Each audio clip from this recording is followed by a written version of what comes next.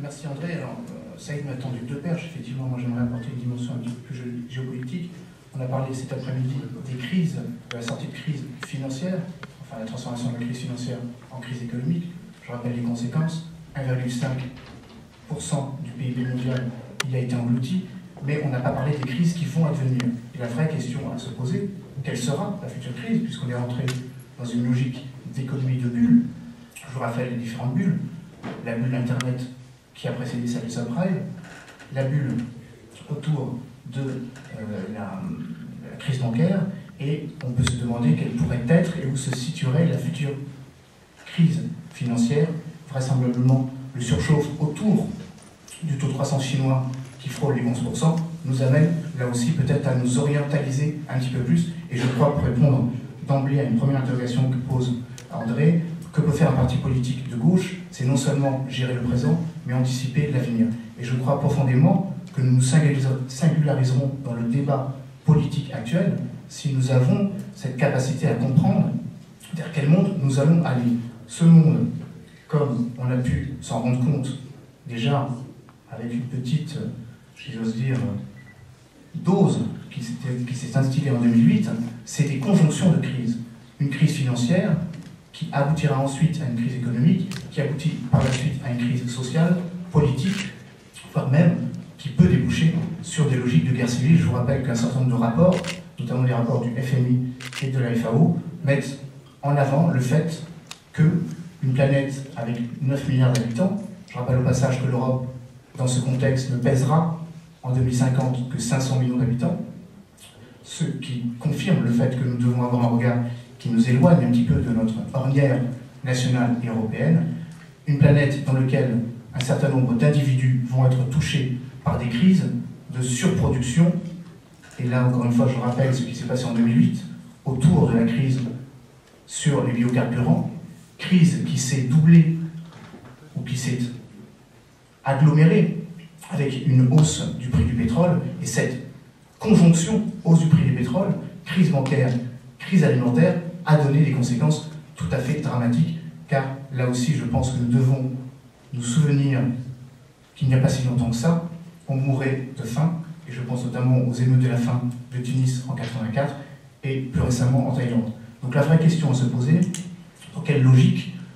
un parti politique peut essayer de comprendre, d'anticiper et apporter un certain nombre de points de vue. Ça a été dit par Linda, ça a été bien évidemment rappelé tout au long de la journée. Je crois que c'est important que les partis progressistes, qui justement, face à cette crise, n'ont pas su anticiper les perspectives. C'est non seulement une crise de la mondialisation ultralibérale, mais c'est aussi une crise des fondamentaux économiques imposés par les États-Unis. Je rappellerai que le taux d'endettement, en mélangeant dette des ménages, dette des entreprises, dette publique, avoisine 410% du PIB des États-Unis. Donc là aussi, je crois qu'il est important, et nous y travaillons à Gauche Moderne, de réfléchir à la logique de la nouvelle gouvernance, non seulement d'une gouvernance économique. Hubert Védrine, dans son dernier rapport, précise bien que le système de Bretton Woods est sans doute à réévaluer,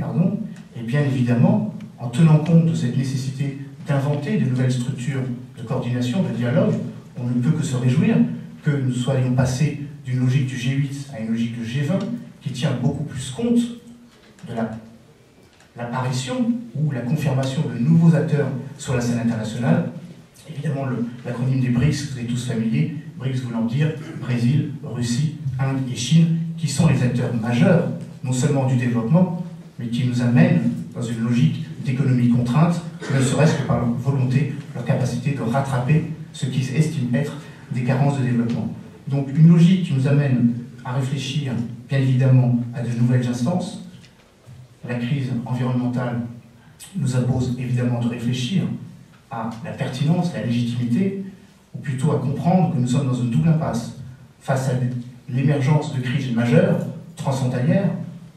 et c'est ce concept de sécurité humaine que les projets actuellement structurants ou ayant vocation à structurer la Méditerranée apportent une légitimité supplémentaire, nous impose là aussi d'essayer de voir comment, au niveau des partis politiques, nous pourrions réfléchir à cette nouvelle architecture internationale. le système financier en est une, le système de la régulation diplomatique en est une autre. C'est très bien que nous soyons passés du logique du G8 au G20. Grâce à cela, grâce à l'injonction du président de la République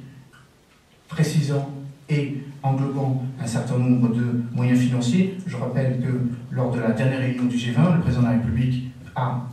sollicité à hauteur de 1700 milliards d'euros des crédits interbancaires qui ont permis que nous ne passions pas d'une logique d'une crise de récession à une logique de dépression. Donc c'est important d'avoir cette réflexion en termes de régulation économique, mais également, et je pense que, en tout cas je le souhaite, nous ayons cette réflexion à Gauche Moderne, nous réfléchissions aussi aux nouvelles capacités, compréhension, tenant compte d'une compréhension nouvelle du système international qui fait que, actuellement, le Conseil de sécurité ne représente que 1/6 de la population mondiale. Il y a bien évidemment un certain nombre d'acteurs qui ne doivent faire leur entrée, ne serait-ce que par leur apport dans la capacité que les économies émergentes ont su mettre en avant pour régler cette crise. Je rappellerai que lors de la dernière crise alimentaire, le programme alimentaire mondial n'avait su que débloquer 500 millions d'euros, alors que les fonds souverains, à l'époque, fonds souverains de Dubaï, avaient permis d'en débloquer 10 fois plus. Donc je pense que c'est important, en tout cas, c'est une réflexion que nous mènerons, de voir un petit peu avec qui et avec quelle structure. Je crois très important, au moment où nous fêtons le 50e anniversaire des indépendances africaines, au moment où un certain nombre de projets diplomatiques structurant l'espace méditerranéen, l'Union pour la Méditerranée en est un parmi d'autres, au moment où, encore une fois, le président de la République a montré son volontarisme de s'appuyer sur une nouvelle capacité de raisonner européen, et il faut se réjouir que le traité de Lisbonne ait été adopté en ce sens, au moment où l'Europe a vocation à s'inscrire dans les partenariats stratégiques avec les grands espaces régionaux qui se structurent à travers le monde, Organisation de coopération de Shanghai, Union africaine, je crois qu'il est effectivement important pour un parti politique, et c'est ma modeste contribution au niveau de celui-ci, d'apporter quelques propositions, quelques réflexions d'ordre géopolitique pour que, comme nous incite cette journée, nous réfléchissions, je reprends le terme, que nous relevions le défi de l'urgence de la pensée constructive. Merci.